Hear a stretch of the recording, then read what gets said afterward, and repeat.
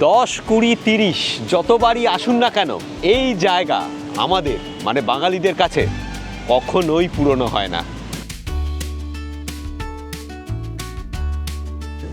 পুরী সত্যিই পুরনো হয় না।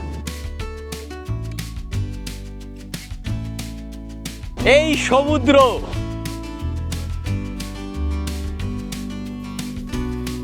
স্বর্গদ্বারের এই গোল্ডেন বিচ,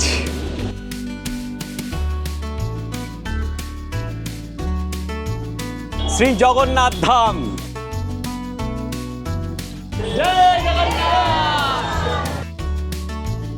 ছানাপোড়া, মদনমোহন, আরও নানা রকমের মিষ্টি, খাজাও আছে। এই সব কিছু নিয়ে পুরী আমাদের কাছে পুরোপুরি আপন।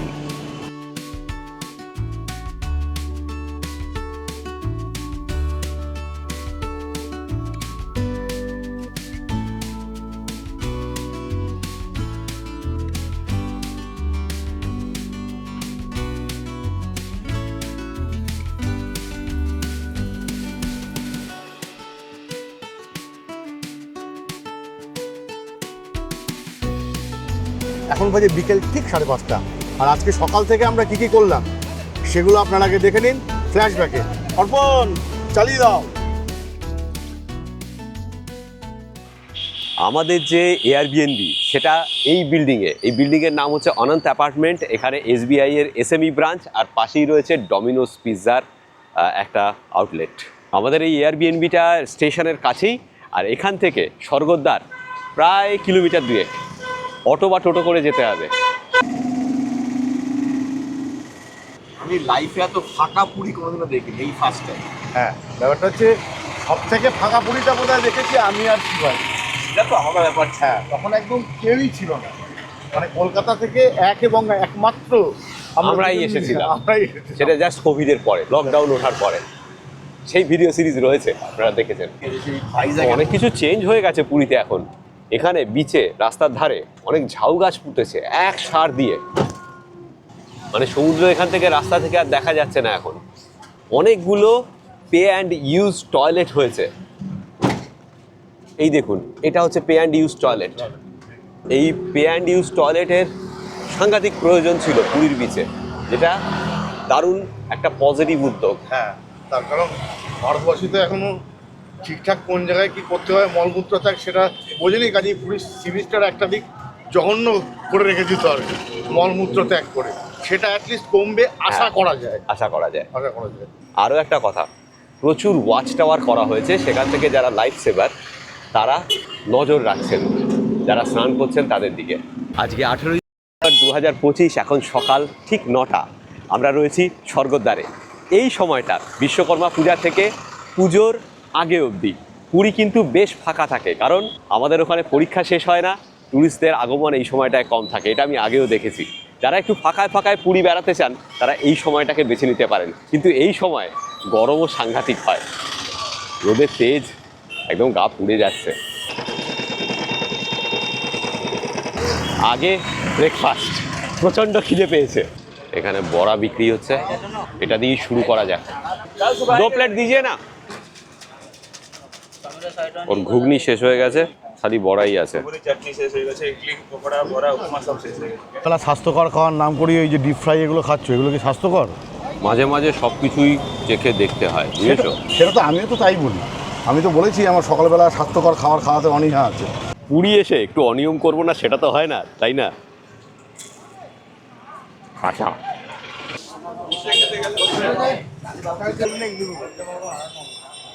স্বর্গদ্বার থেকে মন্দিরে যাবার রাস্তায় ঢুকেই বাদিকে ভারত সেবাশ্রম সংঘ। থাকা খাওয়ারও ব্যবস্থা রয়েছে ভারত সেবাশ্রম সঙ্গে, কলকাতা থেকে বুক করে আসতে পারেন। আর যদি ঘর থাকে তাহলে এখানেও পেয়ে যাবেন। যারা বাজেটে পুরী আসতে চান তারা ভারত সেবাশ্রম সংঘ ফার্স্ট অপশান থাকা খাওয়ার জন্য বাঁচতে পারেন। যদি জায়গা থাকে নিয়ে নিতে পারেন। এখানে পুরী খেতে কারোরই মন চাইছে না, তো আমরা ঠিক করলাম এখন গ্র্যান্ডে যাব। গ্র্যান্ডে দারুণ সুন্দর ভেজ খাবার পাওয়া যায় মন্দিরের পাশেই, তো সেখানে যাচ্ছি। একটা টোটো ভাড়া করলাম 100 টাকা দিয়ে। পুরীতে এসে পুরী খেতে চাইছো না, এর কোনো বিশেষ কারণ আছে? মানে পুরী বলে পুরী খাচ্ছ না? না, আমার পুরীটাকে কোনো কালই পুরোপুরি ভালো লাগেনি। আচ্ছা, সেই পুরো কি? ভালো লাগেনি? কোন পুরীটাকে? যে কোনো এই না, না, এই যে কোনো পুরি নয়, না খাবার পুরি। সেটাই ঘোড়ার পুরিকে আমার সবসময় ভালো লাগে, কিন্তু খাবার পুরিকে আমার কোনো কালেই পুরোপুরি কোনো ভালো লাগেনি। আচ্ছা ভালো লাগেনি যাক, মানে এই ময়দার ডালা দিয়ে এই পুরি। হ্যাঁ আচ্ছা, ব্রেকফাস্ট করে আবার এখানে ফেরত আসবো, তারপর বাজারে যাব, মাছ কিনবো, হ্যাঁ, তারপর বাড়ি যাব, মানে আমাদের এয়ার কিনবো। পুরো ঘুরিয়ে এনে মন্দিরের এপাশে নামালো। এখান থেকে ওই যে জায়গায় ব্রেকফাস্ট করবো গ্র্যান্ড, সেটা অ্যাটলিস্ট 500 মিটার হাঁটতে হবে। পিতৃর জন্য একটু চাপের। সামনে মন্দির দেখা যাচ্ছে। পুরীতে দেখুন মন্দিরের সামনে কত সুন্দর জলের ব্যবস্থা করা হয়েছে। এখন পুরীতে এখন জগন্নাথ মন্দিরের আশপাশটা সম্পূর্ণ চেঞ্জ হয়ে গেছে, আপনারা জানেন। খুব সুন্দর ব্যবস্থা হয়েছে এখানে। রাস্তার পাশে পাশে জল খাওয়ার জন্য দারুণ ব্যবস্থা, আর রাস্তা অনেক চওড়া, একটু হলেও সুশৃঙ্খল। এবং মন্দির এখান থেকে কীরকম লাগছে দেখুন।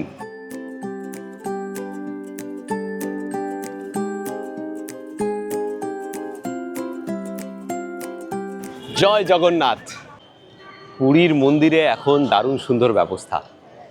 আগে আমরা যখন ছোটোবেলায় এসেছি, ইনফ্যাক্ট এই 5-6 বছর আগেও এই জায়গাটা এরকম ছিল না। আপনারা জানেন এখানে প্রচুর গ্যাঞ্জাম ছিল, কিন্তু সে সব কিছু এখন সরিয়ে দেওয়া হয়েছে। এখানে লাইন করার জন্য রেলিং দিয়ে দেওয়া হয়েছে, আর ঢোকার ব্যবস্থা, ভেতরের ব্যবস্থা সব কিছু কিন্তু এখন খুব সুন্দর, সুশৃঙ্খল বলা যায়। মন্দিরের ভেতরে ক্যামেরা, মোবাইল এগুলো কোনো কিছুই অ্যালাউড না, ভেতরের ছবি দেখাতে পারবো না। আমার পেছনে এই যে দ্বারটা দেখতে পাচ্ছেন, এটাই হচ্ছে শ্রী জগন্নাথ ধাম পুরীর সিংহদ্বার। আর তার সামনে যে পিলারটা দেখতে পাচ্ছেন, এটা কিন্তু খুব সিগনিফিক্যান্ট, খুব ইম্পর্টেন্ট। এই পিলারটা হচ্ছে অরুণা পিলার বা সান পিলার, 34 ফুট উঁচু। ওপরে অরুণা মানে সূর্যদেবের মূর্তি রয়েছে। এই পিলারটা কিন্তু আগে ছিল কোণারকের সূর্য মন্দিরে। 18 শতকে এখানে রাজা ছিলেন দিব্যসিংহ দেবা টু। তার সময় একজন মারাঠা পুরোহিত ব্রহ্মচারী গোসাই, তিনি কোণারকের সামনে থেকে এই পিলার তুলে এনে এখানে প্রতিষ্ঠা করেছিলেন। এই পিলারের 16টা সাইড রয়েছে, সাইডে 16টা ফেস রয়েছে। চারদিকে যদি দেখেন, এই দ্বার দিয়ে যখন আমরা প্রবেশ করি মন্দিরে, সবার আগে এই সূর্য পিলারকে, এই অরুণা পিলারকে প্রণাম করে তারপর এই সিংহদ্বার দিয়ে প্রবেশ করি, সেটাই রীতি। এই হলো শ্রী জগন্নাথ ধাম পুরী। এই দিকটা হচ্ছে the lion's gate entrance, lion's gate মানে সিংহদ্বার এই দিকে। এই রাস্তার নাম হচ্ছে দ্য গ্র্যান্ড রোড, আপনারা জানেন। আর এই হচ্ছে গ্র্যান্ড সেন্টার শপিং কমপ্লেক্স, আর এই শপিং কমপ্লেক্সেই দ্য গ্র্যান্ড পেজ রেস্টুরেন্ট, ওখানেই যাচ্ছি আমরা ব্রেকফাস্টের জন্য। পা ভাঙার পর পৃথ্বী বোধহয় 700 মিটার এই প্রথম হাঁটলি, তাই তো? হ্যাঁ এরকম একটা জায়গায়, মানে এর আগে তো এতটা হাঁটিসনি বোধহয়, প্লাস্টার কাটার পরে। না রাস্তায় হাঁটিনি, ওই বাবুনিদা যেদিনকে আমাকে ফিজিওথেরাপি করিয়েছে সেদিনকে কিলোমিটার, হেঁটেছিস, হ্যাঁ ঠিক, সেদিনকে ঠিক। হাঁটিয়েছিল। আজকে রাস্তায় প্রথম কেমন হাঁটলাম। লাগছে পৃথ্বী? এমনি তো ভালোই লাগছে, সামান্য ব্যথা আছে, প্র্যাকটিস করতে করতে হয়ে যাবে, কোনো অসুবিধা নেই। শুধু স্পিডটা এখনও আসেনি, আস্তে আস্তে ঠিক চলতে হচ্ছে আর কি। গ্র্যান্ড শপিং কমপ্লেক্সের সেকেন্ড ফ্লোরে এই ভেজ রেস্তোরাঁ দ্য গ্র্যান্ড। অসাধারণ জায়গা। আমি আর পৃথ্বী আগে কখনো আসিনি, ইনফ্যাক্ট রাজুও বোধহয় এখানে আসেনি। যারা পুরীতে আসবেন, তারা জগন্নাথ দেবের মন্দিরে যারা যাবেন, তারা সেই দিনের ব্রেকফাস্টটা এখানে করুন। এখান থেকে শ্রী জগন্নাথ ধামের যে ভিউ অসাধারণ, এবং এই ভিউ দেখতে দেখতে আপনি ব্রেকফাস্ট করতে পারবেন। আর আমাকে এই দ্য গ্র্যান্ডের খবর আজ সকালে দিয়েছে কোস্মিতা, আমাদের সাবস্ক্রাইবার, ফলোয়ার।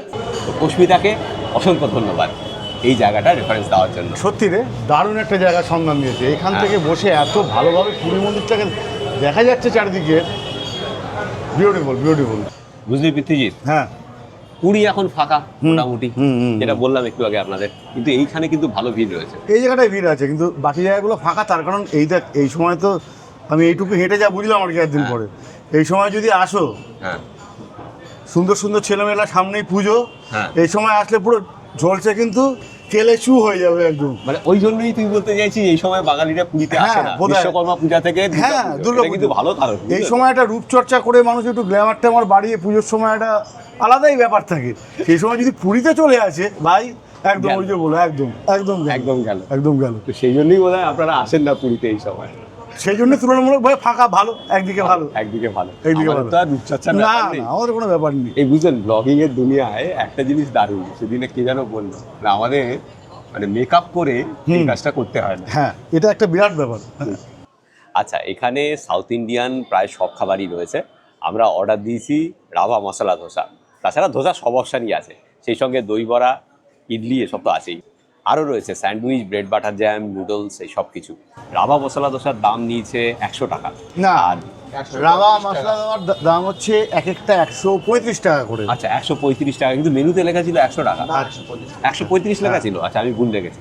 এবং দই বড়া হচ্ছে 120 টাকা। দই বড়া 120 টাকা, কিন্তু দই বড়াটা যে এত কালারফুল হয় আমি প্রথম দেখলাম।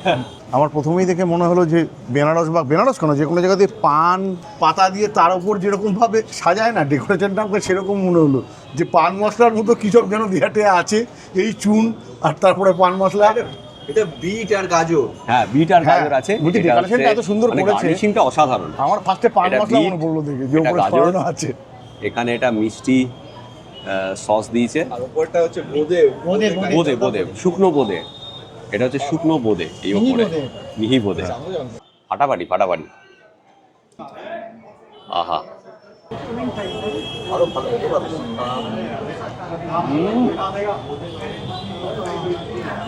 Perfect combination. তাই ওদিকে রাজু রাজু বড়া যেরকমটা হওয়া উচিত, টক মিষ্টির একটা মিশ্রণ। মিশ্রণটা কিন্তু দই বড়ায় সাংঘাতিক ইম্পর্টেন্ট।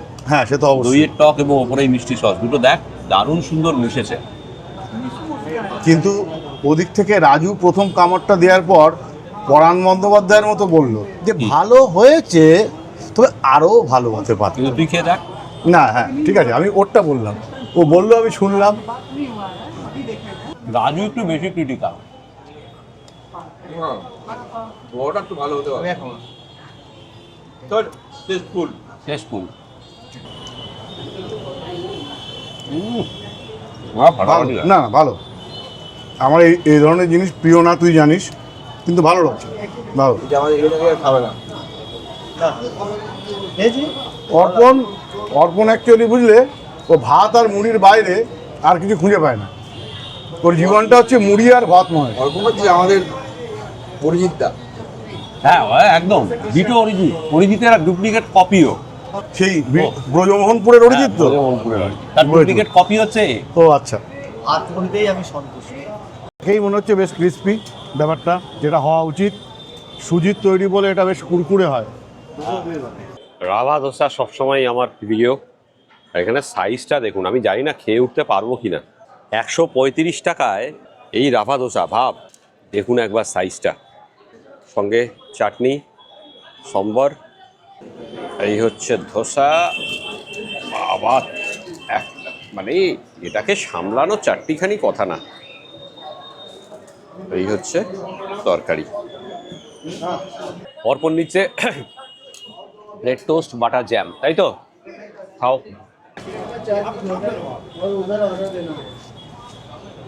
ভালো, ভালো তো অবশ্যই, তবে তেল বড্ড বেশি। হ্যাঁ, কিন্তু টেস্টে আছে, তেল দিলে যা হয় আর কি ব্যাপারটা। কিন্তু এত বড় জিনিসটা শেষ করা, এটা একটা চ্যালেঞ্জ ভাই। তরকারিটা কীরকম একটু দেখে নি। তরকারিটা ফাটাফাটি। হুম। তরকারিটা উপরে চাপিয়ে দিয়েছে। তাহলে ধোসা কি খাসা? এ বিষয়ে কোনো সন্দেহ নেই, কোনো সন্দেহ নেই। খাসা ধোসা। যাই হোক, দি গ্র্যান্ড এই রেস্তোরাঁটা সম্পূর্ণ নিরামিষ রেস্তোরাঁ, মন্দিরের ঠিক উল্টো দিকেই, এবং আমার এবং পৃথ্বীজিতের তরফ থেকে 100% রেকমেন্ডেড। ঠিক আছে। শুধু তাই না, এই রাভা দোসার ভিতরের যে তরকারিটা, যেটা শিবাজি বললো, সাউথ ইন্ডিয়াতে গিয়েও আমরা খেয়েছি, কিন্তু এই ধরনের টেস্টের তরকারি ভিতরের পুর আমি এর আগে খাইনি। অসাধারণ করেছে, মানে তরকারিটা। এবং আরেকটা কথা বলে দিই, ডিসক্লেইমার, বল বল।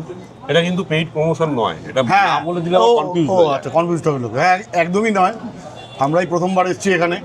হ্যাঁ, আর এই যে তরকারিটা শিবাজি, সুস্মিতাকে আবারও থ্যাংক ইউ। তাহলে এই তরকারিটা কিন্তু আমার মনে হচ্ছে তুই রুটি দিয়েও খেয়ে নিতে পারবি। রুটি দিয়েও খাওয়া যাবে। হ্যাঁ, ওই জন্যই বললাম যে এত ভালো লাগছে, এটা বাঙালি স্টাইল আছে। রোডের নাম গ্র্যান্ড, এই বিল্ডিংটার নাম দ্য গ্র্যান্ড কমপ্লেক্স, রেস্তোরাঁর নাম গ্র্যান্ড, আর এই ধোসাটার সাইজও গ্র্যান্ড। একটা কথা খেয়াল রাখবেন, অর্ডার দেওয়ার সময় প্রতিটা জিনিসের সাইজ, মানে পোর্শন সাইজ সাংঘাতিক বড়। মানে একটা দই বড়া দুজনে খেতে পারবেন, একটা ধোসা দুজনে খেতে পারবেন। আর এই যে অর্পণ ব্রেড নিয়েছে, 8 পিস ব্রেড দিয়েছিল, খেয়েছে 6 পিস। বাকিটা আর খেতে পারছে না, মানে ওটা ওকে যা দিয়েছে ব্রেড বাটার এবং জ্যাম তাতে দুজনের হয়ে যায়। তো সব কিছু এখানে দুজনের মতো। পৃথ্বীজি তো তাই বলবে হয়তো। হ্যাঁ হ্যাঁ, একদমই তাই, মানে এটা আমাদের জন্য তো বেশি। ব্রেকফাস্ট তো হলো, এবার দরকার রাবড়ি শরবত। এখানেই পাশেই মন্দির থেকে একটু পেছন দিকে এসে এই চরণের রাবড়ি লস্যি এটা ট্রাই করে দেখবেন। ওই হচ্ছে মন্দির, এই গ্র্যান্ড রোড, আর এই চরণ লস্যি। এখানে রাবড়ি শরবত হচ্ছে 60 টাকা, নর্মাল লস্যি 50, আর দই শরবত হচ্ছে 40।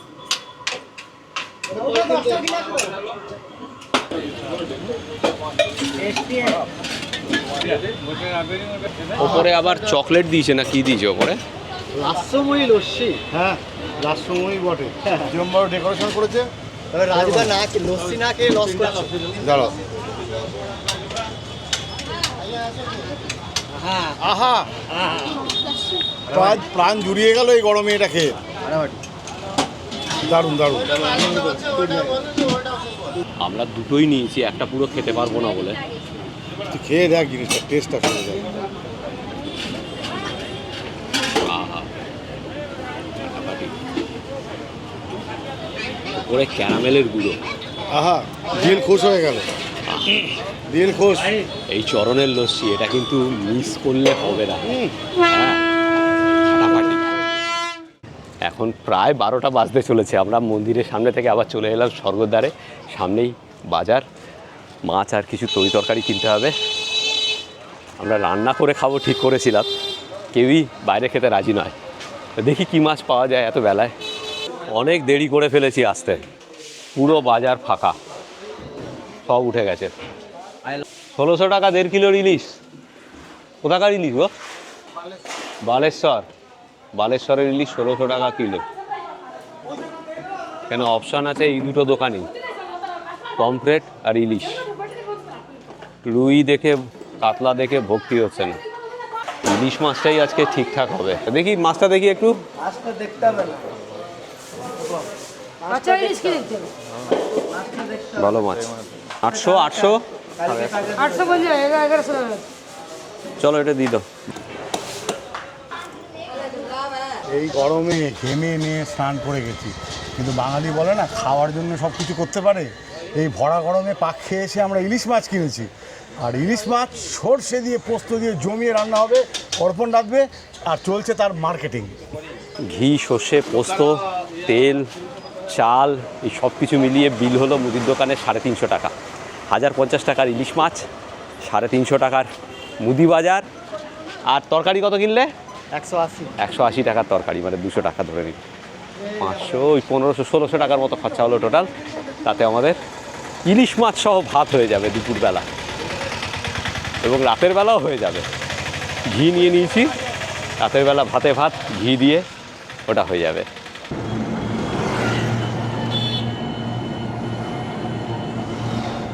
ঘড়িতে এখন বাজে প্রায় 1টা। আমরা ঢুকছি ফ্ল্যাটে, এবার রান্না তারপর খাওয়া। ভাই 4টের আগে খাওয়া জুটবে? হ্যাঁ, কেন তোমরাই তো বললে যে খাওয়া দাওয়া এখন পেটে গোয়াতে 4টে পর্যন্ত চলে যাবে। 4টে কেন নাও খেয়ে থাকতে পারে। আর ইলিশ মাছ যখন নিয়ে আসা হয়েছে রান্না তখন হবে সময় নিয়ে কোনো চাপ নেই, সত্যি পেট প্রচণ্ড ভরা। কালকে খেলো। হ্যাঁ, মাছটা ভালোই দিয়েছে। টোটাল ক পিস হয়েছে বলো তো? 4, 5, 6, 7, 8, 2 পিস করে হয়ে যাবে। লেজা মুড়ো বাদ দিয়ে 8 পিস হয়েছে। ভাজা হবে আর সর্ষে হবে। ভাজাও করবে, সর্ষেও করবে, ফাটাফাটি করে ফেলো। রাজু অফিস করছে, পৃথ্বীজিৎ ওই ঘরে শুয়ে আছে, রান্নাবান্না চলছে। মোটামুটি আরও ঘন্টা দেড়েক তো লাগবে। তুমি কি এখানে সর্ষে ইলিশ করছো নাকি? হ্যাঁ, ফাটাফাটি। সাদা সর্ষে কালো সর্ষে দুটোই কিনেছো? হ্যাঁ, পেস্ট করতে হবে ওগুলো। পেস্ট করবে, এখানে তো ইয়ে রয়েছে, মিস্কি রয়েছে। হ্যাঁ, গ্রাইন্ডার আছে। এই যে এয়ারবিএনবি হলে এটাই সুবিধে, বেশ সুন্দর নিজেদের মতো রান্নাবান্না করে নেওয়া যায়, এবং বুঝতেই পাচ্ছেন অনেকটাই সস্তা হয়। তবে এই এয়ারবিএনবিটা কিন্তু আমাদের পুরী সমুদ্র তট থেকে, গোল্ডেন বিচ থেকে বেশ দূরেই, 2 কিলোমিটার দূরে। অটো ভাড়া একবারে পড়বে আমাদের 4 জনের জন্য ওই 80 টাকা 100 টাকা পড়ছে যাতায়াত, মানে একবার এক পিঠ। তো এটা কিন্তু মাথায় রাখতে হবে। সুবিধে তো আছে, অসুবিধেও আছে। অসুবিধে হচ্ছে সমুদ্র থেকে দূরে, সমুদ্র এখান থেকে দেখতে পাবেন না।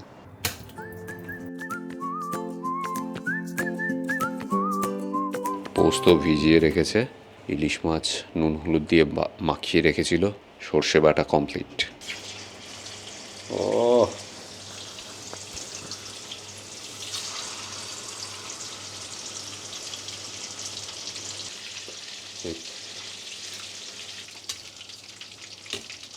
দেখি একটুখানি, গন্ধে কিন্তু মোমো করছে, সাংঘাতিক গন্ধ।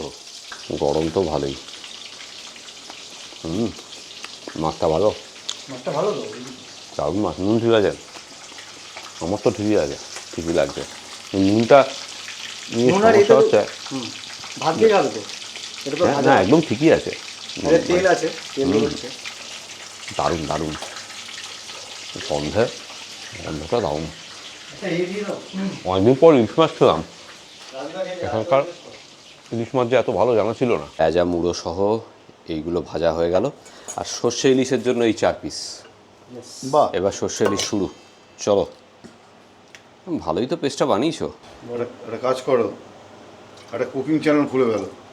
আরে আমি তো কুকিং চ্যানেল দেখে শিখছি। আচ্ছা, তুমি কুকিং চ্যানেল দেখে শিখছো? অবশ্যই। বাহ, এই আমার খুব ভালো লাগলো, এরকম সরল স্বীকারোক্তি। এরকম আজকাল সরল কেউ স্বীকার করে না। না করে না, এই ছেলেটা কিন্তু স্বীকার করলো। ও কিন্তু ক্রেডিটটা নিতে পারতো, বলতে পারতো হ্যাঁ আমি একটা কুকিং চ্যানেল করবো, রান্না শেখাবো, কিন্তু বলেনি সেটা। এটাকে এবারে ভালো করে মিক্সড করে হবে। আমার একটু ইলিশ মাছটা দাও এবার। মানে যত এটা ভালো করে নাড়বে তত ভালো হবে, তাই তো? না ওরকম। এবার এখানে ইলিশ মাছগুলো একটা একটা করে দিয়ে দেবো। 1 পিস, 2 পিস, নুন টুন দিয়েছিলে তো? সব আসবে, সব সব আসবে। আসবে। আচ্ছা, ইলিশ মাছ তো খেয়ে দেখেছো তো? হ্যাঁ। আচ্ছা, সর্ষেতেও নুন দেওয়া আছে, এক্ষেত্রে ইলিশ মাছগুলো কি পুরোটা ডুববে না? দেখেছো?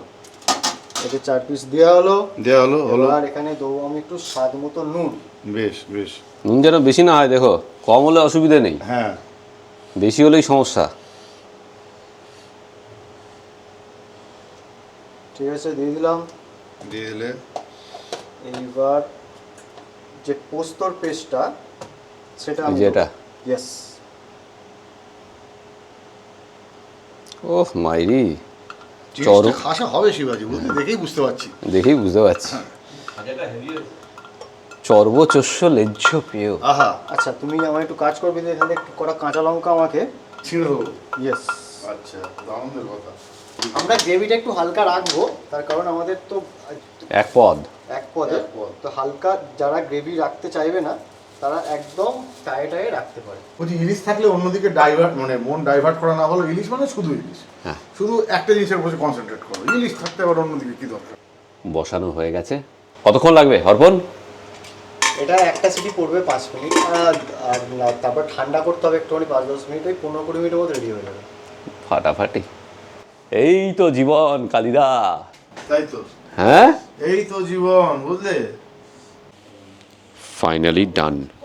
ওহ কি লাগছে অর্পণ, সেরা ব্যাপার করে দিলে।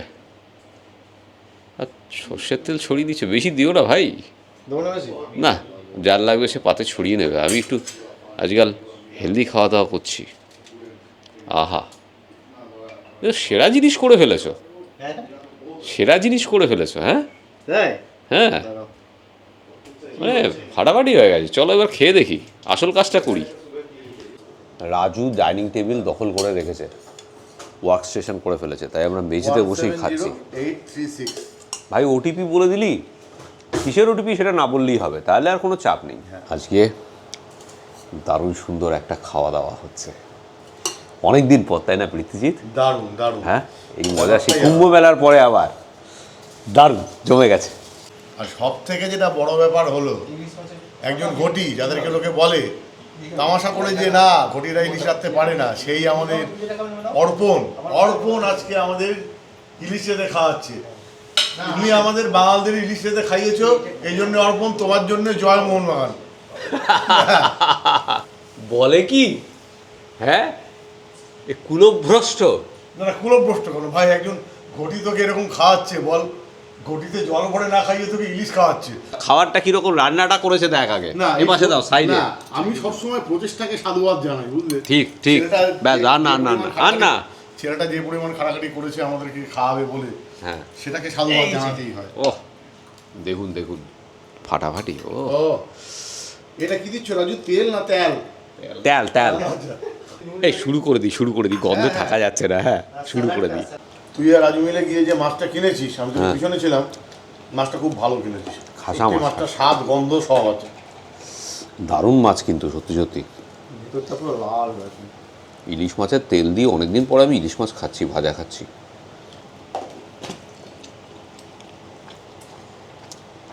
মাটিতে বসে বাবু হয়ে এভাবে বোধহয় কতদিন পর ছিলাম। হ্যাঁ হ্যাঁ, মজাই আলাদা।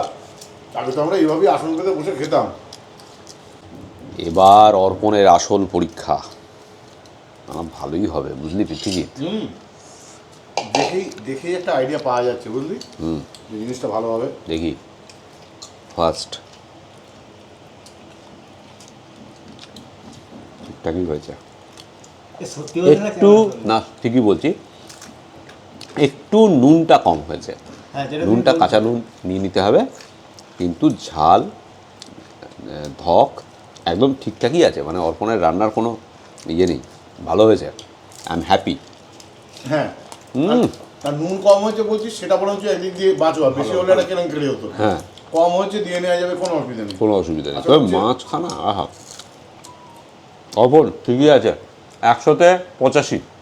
অনেক অনেক অনেক। আমি অর্পণকে 100-তে 92 দেবো। আচ্ছা, দিবি? হ্যাঁ, কেন দেবো না? তাহলে যা 92 + 85 ডিভাইডেড বাই 2, একটু বেড়ে গেল অ্যাভারেজ। এবার রাজু আছে। মাছ ভাজাটার জন্য আমি 95 দেবো, ওটা খেয়ে নিই। ভাজাটা তো 5 নম্বর কাটলাম, কারণ ভাজা একটু ভেঙে গেছে, বাট টেস্ট ওয়াইজ ভাজা ওয়াইজ দেখো। ও চন্নাগির তো খাচ্ছে মনে হচ্ছে। হ্যাঁ, নুনটা একটু কম হয়েছে, কিন্তু তাতে কোনো অসুবিধা নেই। ঝাঁস টাঁচগুলো ঠিকই আছে। ওভারঅল দারুণ হয়েছে অর্পণ। আমি তোমাকে 92 দিয়েছিলাম, আমি 92-তে স্টিক করে থাকলাম। আমি একটু বাড়িয়ে দিচ্ছি। আমি 85 বলেছিলাম, 90 করে দিলাম। যা আচ্ছা, ঠিক আছে। হ্যাঁ, নাম্বারের সাথে কার্বন না তুমি করবে কেন? ঠিক ঠিক। তোমার হাতে যখন আছে নাম্বার। 10 নম্বর কাটলাম হচ্ছে হামানদিস্তা দিয়ে, এগুলো বাটেনি এই জন্য। আচ্ছা আচ্ছা, তাহলে হামন্দিস্তা দিয়ে বাড়বে কেন? তাহলে বলছি শিল নোড়ায় বাটেনি বলে আমি। হ্যাঁ সরি, হ্যাঁ, হামানদিস্তা না, শিলনোড়ায় বাটেনি সেই জন্য। সেটা তাহলে এয়ারবিএনবির দোষ। মানে শিল নোড়া থাকলে তুমি বেড়ে বেড়েই করতে। কে আবার দেখো দেখো দেখো, শেখো। কে বলে আজকালকার ছেলে পিলে খাটতে ভয় পায়, পরিশ্রম নেই। একদম, একদম। এই তো দেখুন, অর্পণ আছে। দাও দাও, আর একটু ভাত দাও। ভাত কি এইটুকুই? আর লাগবে না, দিও না, তোমাদের না, শর্ট আমার তো পড়ে যাবে। লাগবে না। না আর খাবো না, খাবো না বেশি হবে কিন্তু। খাবো না, অর্পণ খাবে। পারফেক্ট নিয়ে আসো বাস। দেখেছো পুরী কিন্তু পাল্টে গেছে। হ্যাঁ, এখানে ঝাউ গাছ পোতা বিচের ধারে, তাই ভালো না? হয়েছে। হ্যাঁ, এগুলো দরকার ছিল। গাছ যেভাবে কেটে ফেলা হয়েছে, গাছের তো এই দরকার হচ্ছে আছে। রাস্তা, আমরা যাচ্ছি বিচে। আর এখানে দেখুন সার দিয়ে ঝাউ গাছ। আরও একটা জিনিস রয়েছে, সেটা হচ্ছে পে অ্যান্ড ইউজ টয়লেট। এখন পুরীতে সি বিচে এই রকম টয়লেট পাবেন, পে অ্যান্ড ইউজ টয়লেট। এই যে বিচের ওপর পে অ্যান্ড ইউজ টয়লেট, এদের রেট এখানে দেওয়া রয়েছে। টয়লেট ইউজের জন্য 50 টাকা, ছোট হচ্ছে 20 টাকা, শাওয়ারের জন্য 100 টাকা, শাওয়ার প্লাস লকারের জন্য 120 টাকা, লকারের জন্য শুধু লকারের জন্য 50 টাকা, আর মোবাইল চার্জিং 50 টাকা 30 মিনিটের জন্য, ড্রেস চেঞ্জ 50 টাকা প্রতিবারের জন্য। মদনমোহন কত করি? 10 টাকা। হ্যাঁ 10 টাকা। নকল না আসলো? আসলে নগদ নগদ। হ্যাঁ দেখবেন। কত রুপিয়া? 10 রুপিয়া গোটা। দেখি কথা দাও। 10 গোলাপ জামু। পুরীতে এলে মদনমোহন মাস্ট, যখন আপনি গোল্ডেন বিচে আসবেন।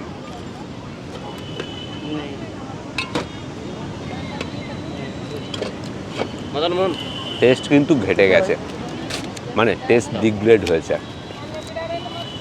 সেই টেস্টটা নেই, সেই ফ্লেভারটা নেই। এবার প্রথমবার মদনমোহন খেয়ে অনেকদিন পরে একটু ডিজার্টেন হলাম। 10 টাকা করে দাম। মদনমোহনগুলো কিন্তু ভাই বেশ সসেজের মতো দেখতে, কিন্তু হ্যাঁ শুধু কিন্তু একদিক চোখালো। হ্যাঁ, মানে একটু রসালো সসেজ আর কি।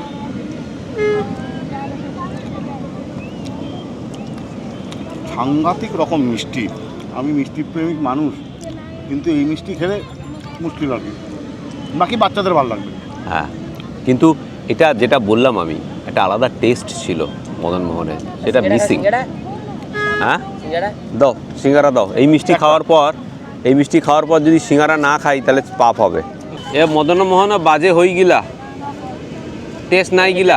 একটা সিঙ্গারাটা শুধু নেওয়া ওই বিচ্ছিরি মিষ্টিটাকে মুখ থেকে তাড়ানোর জন্য। সিঙ্গারাটাও বাজে।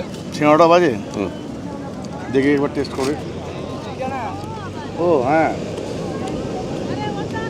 আলুগুলোকে গোটা গোটা করে দিয়েছে আর কি, মোটা আলু।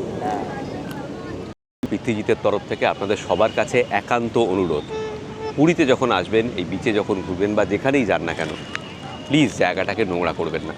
এই যে পাতা আমরা খেলাম মদন মোহন এবং সিঙ্গারা, ওখানে ডাস্টবিন রাখা আছে, আমি ডাস্টবিনে ফেলছি, আপনারাও তাই করবেন।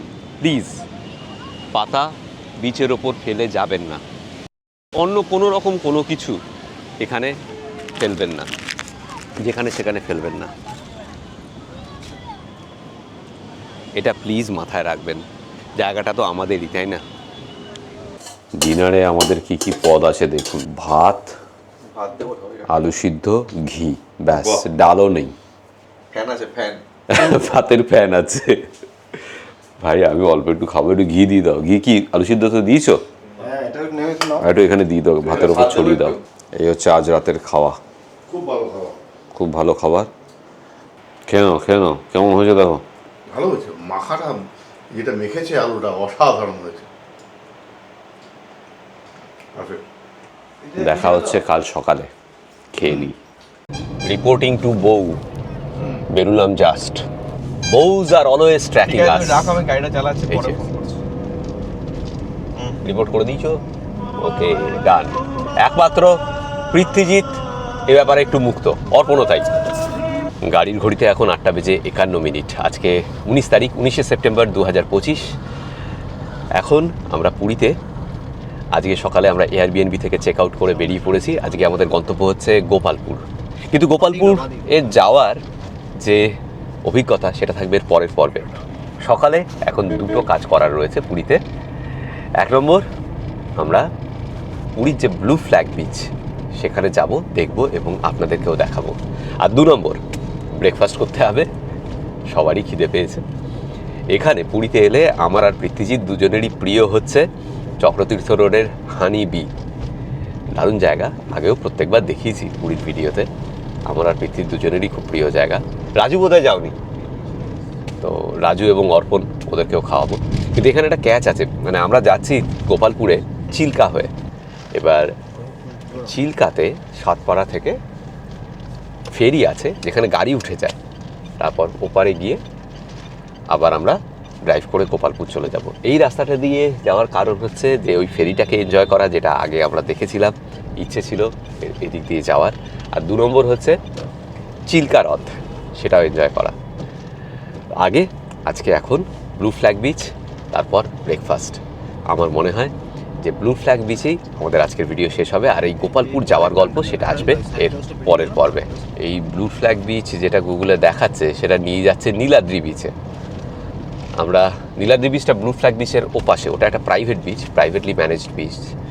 তো ওখানে চলে গিয়েছিলাম প্রথমে, আর এখন খুঁজে বেড়াচ্ছি ব্লু ফ্ল্যাগ বিচটা। গুগলে দেখাচ্ছে কিন্তু নীলাদ্রি বিচ।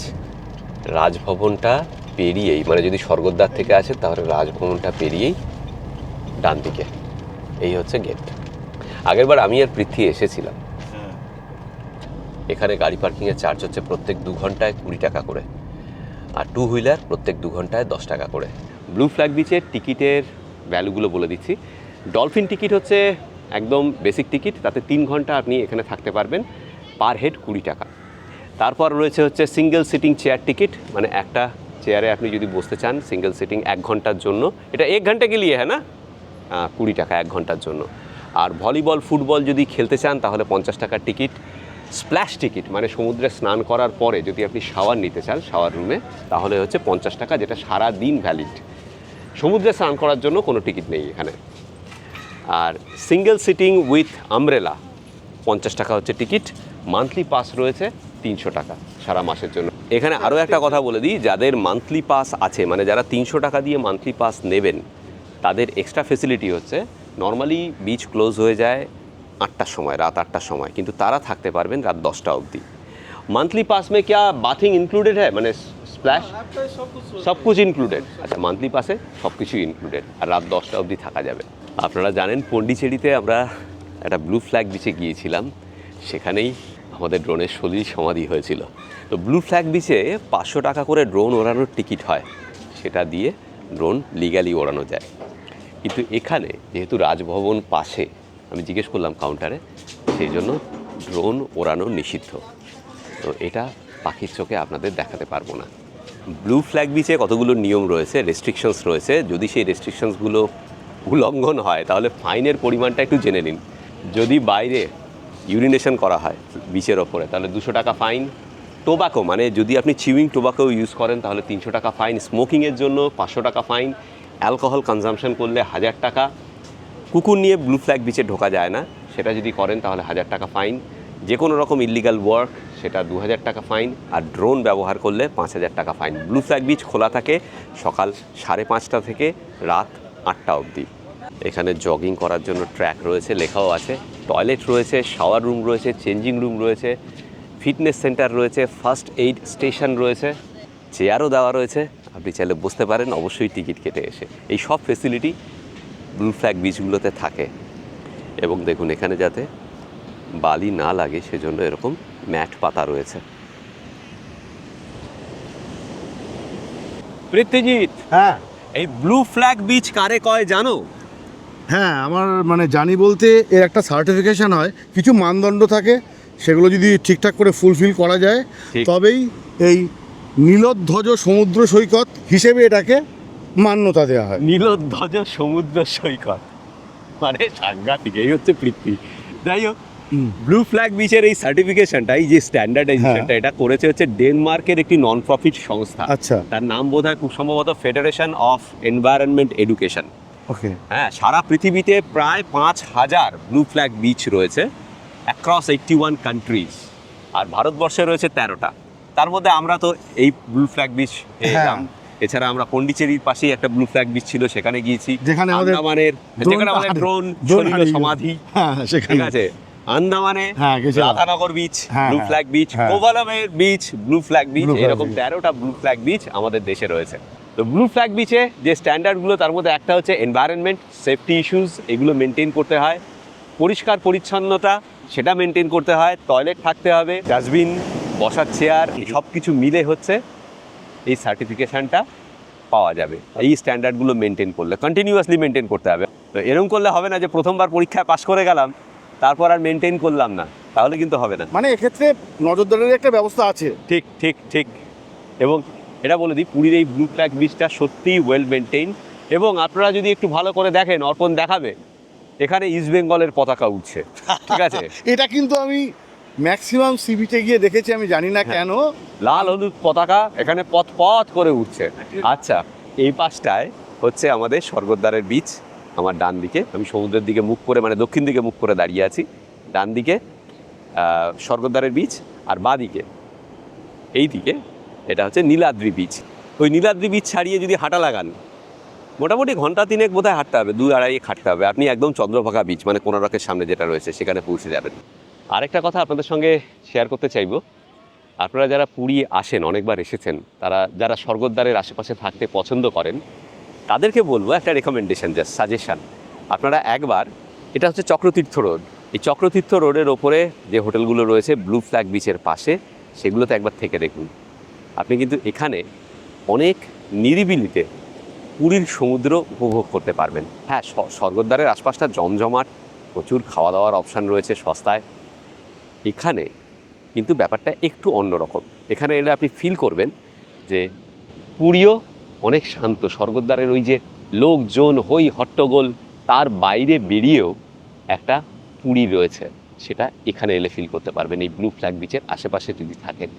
এবং এই ব্লু ফ্ল্যাগ বিচে যদি আপনি সকাল সন্ধ্যে কাটান, নিরুপদ্রব একটু সময় কাটাতে পারবেন। আমরা ভেবেছিলাম আজকে হানিবিতে ব্রেকফাস্ট করব, কিন্তু একটু প্ল্যান চেঞ্জ হয়েছে।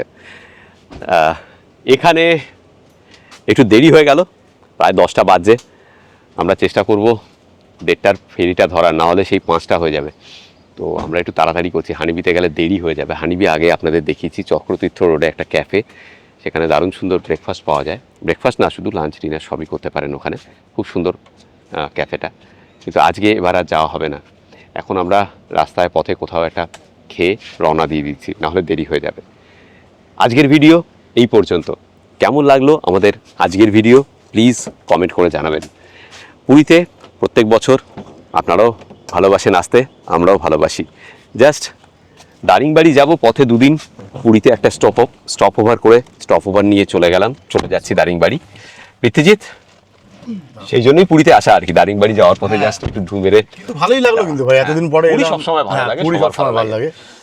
আর একটু আগে বললাম না যে ব্লু ফ্ল্যাগ বিচে একটু নিভৃতে কাটাতে চাইলে আসতে পারেন। রাজু এখানে চরম প্রতিবাদ জানিয়েছে, বলছে আমি পুরীতে এলে স্বর্গদ্বারেই থাকবো, হ্যাঁ, স্বর্গদ্বারের মানে ওর কাছেই থাকবো। ক্যাওসটা ভালো লাগে। হ্যাঁ, ওর ক্যাওসটা ভালো লাগে, আমাদের অনেকেরই হ্যাঁ, ভালো লাগে, না, ইনফ্যাক্ট না, আমার সেটা বাবারও ঠিকই। ভালো লাগে। হ্যাঁ, ঠিকই। মানে পুরীতে এলে কখনোই এখানে অনেকেই থাকতে পছন্দ করবেন না, একটু নিরিবিলি, যারা নিরিবিলি পছন্দ করেন তাদের ভালো লাগবে। সেই, যাই হোক, একদমই তাই। বেলটা পরবো অবশ্যই, আর রওনা দিয়ে দিচ্ছি।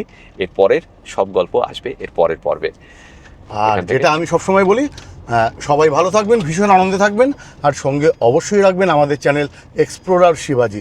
নতুন নতুন জায়গা, নতুন নতুন ভ্রমণের গল্প নিয়ে আমরা ফিরে আসবো আপনাদের কাছে। ঠিক ঠিক ঠিক।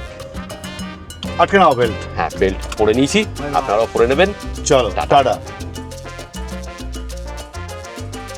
আমি শিবাজি, আর আমি পৃথ্বীজিৎ। আর আপনারা দেখছেন আমাদের চ্যানেল এক্সপ্লোরার শিবাজি। আমরা বিভিন্ন জায়গায় ঘুরে বেড়াচ্ছি আর তার ভিডিও করে এই চ্যানেলে দিচ্ছি। যদি ভিডিওগুলো ভালো লাগে তাহলে অবশ্যই লাইক, শেয়ার এবং সাবস্ক্রাইব করবেন। সাবস্ক্রাইব করার সময় বেল আইকনটা অবশ্যই ক্লিক করবেন। তাতে আমরা যখনই একটা ভিডিও দেবো তার ইনস্ট্যান্ট নোটিফিকেশন আপনাদের কাছে পৌঁছে যাবে।